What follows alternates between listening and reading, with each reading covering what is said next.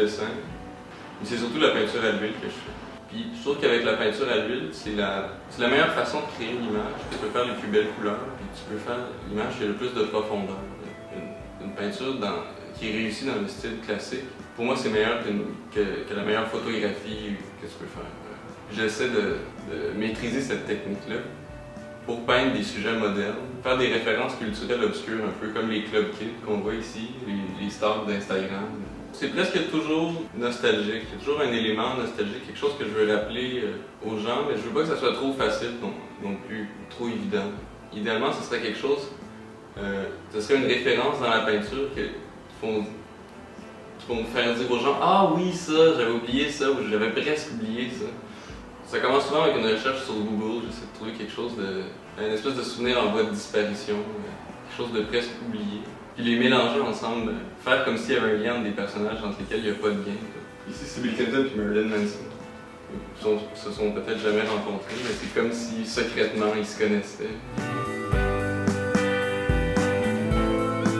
Une fois, il y avait une prof au primaire qui avait rencontré ma mère, qui avait demandé de voir ma mère parce qu'il fallait peindre une famille aux pommes, comme une journée aux pommes. Puis Francis et moi, les deux, on avait fait des pommes squelettes aux pommes, avec des rats sur les épaules. Puis la prof, elle a demandé à ma mère s'il se passait quelque chose à la maison, s'il y avait quelque chose de dramatique à la maison, mais tout allait bien. Ça donnait qu'on était inspirés par les choses plus Halloween. Les gens sont tous nostalgiques de notre enfance, il y en a qui sont un peu plus que d'autres. Moi, c'est ça qui m'inspire le plus. On dirait que c'est comme rester figé un peu là-dedans. Les années 90 aussi, c'est le début, c'est l'accélération du partage d'informations parce que c'est la naissance d'Internet. Quand j'étais petit, je me suis pas rendu compte à l'époque, mais c'était le début de cette ère-là. Le bébé qui danse là, dans Lee McBeal, au Gattaca, ça c'est le premier mime, le premier phénomène viral. Mais je l'ai peint comme si c'était Jésus-Christ parce que c'est le premier. Les émissions quand j'étais petit, c'est ça qui m'a marqué le plus. Beaucoup la pop culture télé des années 90.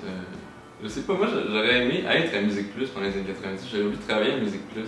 Peut-être pas être une vedette comme un VJ, mais j'aurais voulu être là quand ils ont reçu tous les artistes. J'ai été marqué aussi par le scandale sexuel de Bill Clinton. J'aime beaucoup Bill Clinton, je pense que ça fait 4 fois peut-être que je le peins. C'est devenu comme un personnage semi-drôle, semi-sérieux. Je voudrais dire qu'il n'y a pas de référence culturelle qui est plus pertinente ou plus noble qu'une autre. Les gens disent souvent low art, high art. Pour moi, il ne devrait pas avoir de démarcation là-dedans. Il faut tout mélanger ça. C'est pour ça que j'essaie de maîtriser la technique des grands maîtres pour justement utiliser cette technique-là pour peindre la culture poubelle, un peu la culture trash, qui est vue comme étant moins de bon goût.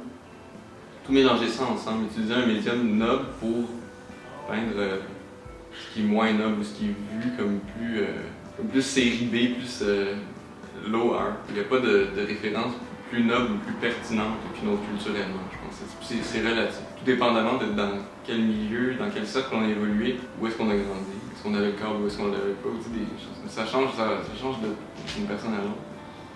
Le corps, justement, c'est ça, une autre affaire des années 90.